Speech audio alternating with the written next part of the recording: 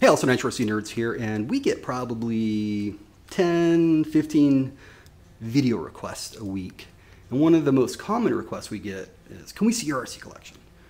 And I'm more than happy to do that. We have one gentleman a subscriber who's asked like twice in 3 days. So I'm like, this guy's serious. He definitely wants to see it. And you know, hey, I'm happy to show what we have. But a few, I guess, rules of engagement, if you will, things you probably want to know, especially if you're new to this channel. First, I don't have a lot of vehicles. I really don't. In fact, I'm downsizing right now. And the reason for that is the vehicles that I do have, I run the hell out of them. I just don't like my vehicles to sit at all. I run them two ways, hard and often. And so I kind of made the decision about 1.5 years ago that I want to take what I have and just make them, you know, as vicious as possible. And so that's kind of been my charter for, you know, like I said, the past 1.5 years. I was watching one video last evening from a famous YouTube RC guy, and I'm not gonna say his name, but let's say he's got a lot of tattoos and he runs a lot of electric. Seems like a good guy, but he does a lot of reviews. This guy's got like 50, 60 vehicles. He does all these reviews and stuff. And I was watching one of his reviews, and I laughed a little bit because he said, well, you know, I'm not one of these guys. I'm gonna get all technical about the car. I'm not gonna tell you all the details and stuff. I mean, you can get that elsewhere. And I started thinking, now I don't know if that's a shot at me or not. In a way, I hope it is, because I am the type. I will get all technical. I will tell you about the details of the vehicle, at least mine.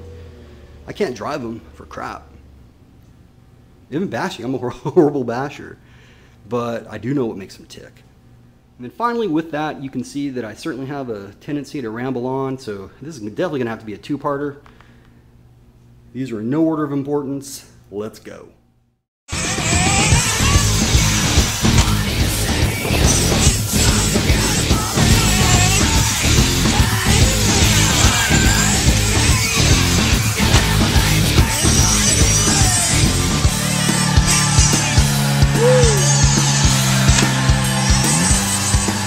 First up is the Tamiya 801 XT, and I should note this is in no order of importance or my likings or anything like that. I'm just selecting them at random, and I'll go through and tell you kind of what we like about the vehicle and areas for improvement, what our long-term goals are for it. So and the specs on the vehicle as well. So this Tamiya 801, it's a very, very nice truggy. I would say that it handles exceptionally well. The problem is it does have some durability issues. And so it's something that we've been working through a lot of, pretty much everyone who has one of these has been working through it. And I think it's a beautiful thing because a lot of heads have come together and we've come up with some pretty interesting solutions. The vehicle, I'm pretty sure, is discontinued. So, you know, it's one of those things where if you break a part on it, you can make the decision, do you want to get another stock part and cross your fingers, hope you don't break it again, or do you want to change up? I usually do the latter. I'll break something one time. If it happens again, then that, you know, completely new design or new part. For an engine, I'm running a Nova OC. This is actually my son's truggy, by the way. Nova OC Roma. It's a stock, but it's, I tell you what, I've heard people say that this is their strongest stock engine. I don't know. I mean, it's a beast. I can tell you that. For steering, we're just running a high-tech 7955 and I think a 5625 for throttle on it. And for clutch, I have a M2C 4-shoe universal weight flywheel. Right now, I think I have 2.95 millimeter and 2.9 millimeter springs on it with 8 grub screws to kind of slow down the spool up of the flywheel. We're definitely at somewhat of a crossroads with this vehicle because it's something that I don't think right now will hold up for a heat, let alone even a main. And my son knows I'm not going to pit for this vehicle. I have no confidence in it holding up on the track. So we're going to make a decision pretty quickly. I mean, is this something that we want to put an investment in and turn it into like a true racer? And to me, a racing machine it's got to be durable. Or just, you know, turn it into a kick-ass basher, because this thing can bash its balls off. I mean, no doubt about that. And the way it handles so beautifully, I mean, that's what I think. So I'm going to try to talk my son into, hey, how about we just get you like get a Serpent truggy or something, do it right, and then just, use this thing for fun. We call this thing the Pink Menace. We have nicknames for our vehicles, and the reason we call it the Pink Menace, this is what happens when my son lets me do his bodies for him. But it's okay. Once we get 30 minutes of track time with it without it breaking, which we have yet to get, I'm pretty sure. I've got a Proline Bulldog body. It's actually for the RC 8.2. That will do right. And then at that point, the nickname will change. Unless he paints it pink. He's going to paint this one, but I have a feeling it won't be pink. Oh, additionally, I meant to say the pipe I have on here is it's an 086. It's a Dynamite 086. I like the Dynamite version better myself, but and so I'm still trying to, I'm not sure if it's the right pipe for this engine. We're still working through that. This is a high-speed pipe. So, but, you know, it could probably be better. We just have to test it and find out. Speaking of Mugen, this is the monster.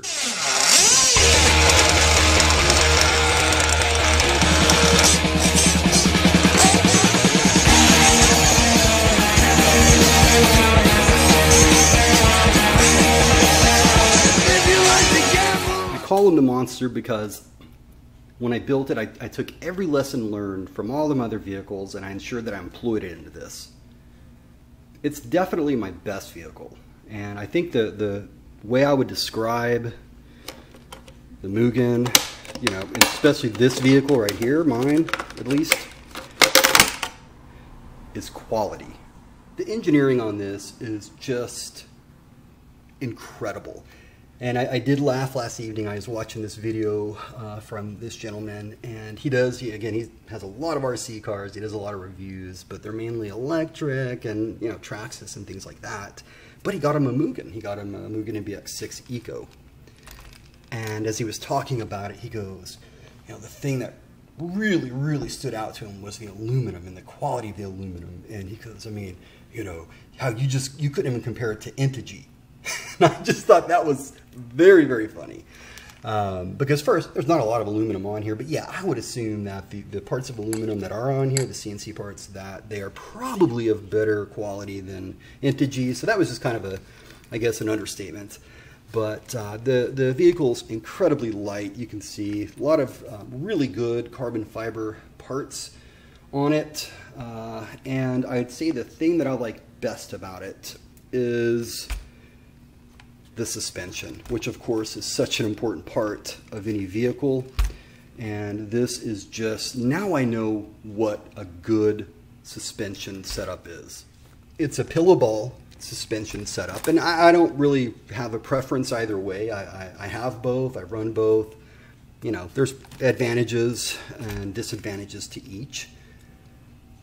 From a specification standpoint, you can see that I have a Novorossy P5, but this is a clocked Novorossy P5. And the best way that I can explain it is, this was my first clocked engine, and I was somewhat, I wasn't truly on board with all the things that I have heard. I had seen these engines, and so I knew what they could do, but I didn't think that a P5 could just flat out beast like this one does right here. In fact, I would say this is as strong, if not stronger, than the Roma that I have. Thus, why I'm running it on this vehicle right here. And so that part that broke, that was completely my fault. I believe that I went too heavy on the shock oil, and it just put too much stress on the high jumps and whatnot. And so, you know, lesson learned, right? This is what this hobby is about, at least for me. Other than that, the only things that have occurred, I bent a shock standoff once, and I bent a dog bone. And even then, I mean, it was very minor. But I mean, this is the vehicle that I keep perfect. One of the vehicles that I like to keep perfect. As far as my go forward plan, it's simple. I just want to continue to learn how to drive it better. I'm getting very good. I'm getting good. It's not that I'm getting very good, but I'm getting good at it. It's a forgiving vehicle, and that's what I like about it. And taming the rear was a bit challenging. My understanding, you know, for all Mugen buggies, that's something that people, I don't want to say struggle with, but you know, it's loose on the rear. A lot of people like that. The great thing is, you know, being such a quality vehicle with so many different tuning options, it's, you know, you make it do what you want it to do. So that's been a lot of fun for me. I think the most interesting thing that will come about over the next year is at some point I'm going to become committed to a single brand. And, you know, there's brands out there I know that won't be my brand. This isn't one of them. In other words, it very well could be Mugen, but, you know, I'm going to try. It could be X-Ray, it could be Serpent, could be Kyosho, I don't know. But I can definitely see it being Mugen for sure. Can't say a bad thing about this vehicle, nothing. And from a value perspective, this is definitely our most, you know, valuable vehicle that we have, and it's been worth every penny.